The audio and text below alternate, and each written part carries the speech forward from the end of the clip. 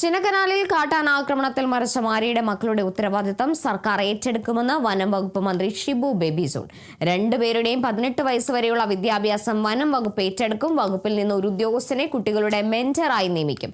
കുട്ടികൾക്ക് മാസം 5000 രൂപ നൽകുമെന്നും മന്ത്രി അറിയിച്ചു. വന്യജീവി ആക്രമണം പ്രതിരോധിക്കാൻ കേന്ദ്ര നിയമ ഭേദഗതിക്കായി പ്രധാനമന്ത്രിയെ ഉടൻ കാണുമെന്നും അദ്ദേഹം പറഞ്ഞു. ഇന്നലെ ചിന്നക്കനാലിൽ ആനയുടെ ആക്രമണത്തിൽ ഒരു സ്ത്രീ മരണപ്പെടുകയുണ്ടായി. അവർക്ക് 2 കുഞ്ഞുങ്ങളാണുള്ളത്. നമുക്ക് കിട്ടിയ വിവരം വെച്ച് ഭർത്താവ് ഉപേക്ഷിച്ച് പോയിരിക്കുകയാണ്. 2 കുഞ്ഞുങ്ങളും പ്രായപൂർത്തിയാകാത്ത കുഞ്ഞുങ്ങളാണ്.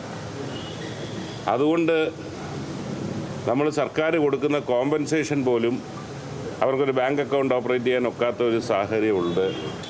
അതുകൊണ്ട് ഒരു കാര്യം തീരുമാനിച്ചു, ആ കുഞ്ഞുങ്ങളുടെ ഉത്തരവാദിത്വം ഫോറസ്റ്റ് ഡിപ്പാർട്ട്മെൻറ്റ് ഏറ്റെടുക്കുന്നു. ഈ 2 കുഞ്ഞുങ്ങൾക്കും 18 വയസ്സാകുന്നിടം വരെയുള്ള അവരുടെ വിദ്യാഭ്യാസം ഡിപ്പാർട്ട്മെൻറ്റ് ഏറ്റെടുക്കും. അവർക്ക് ആവശ്യമുള്ള ഭക്ഷ്യം റേഷനിങ് അത് ഡിപ്പാർട്ട്മെൻറ്റ് കൊടുക്കുന്നതായിരിക്കും. അവർക്ക് ആ കുടുംബത്തിന് എല്ലാ മാസവും 5000 രൂപ ആ കുട്ടികളുടെ മറ്റ് ചെലവിന് വേണ്ടി നമ്മൾ കൊടുക്കുന്നതാണ്.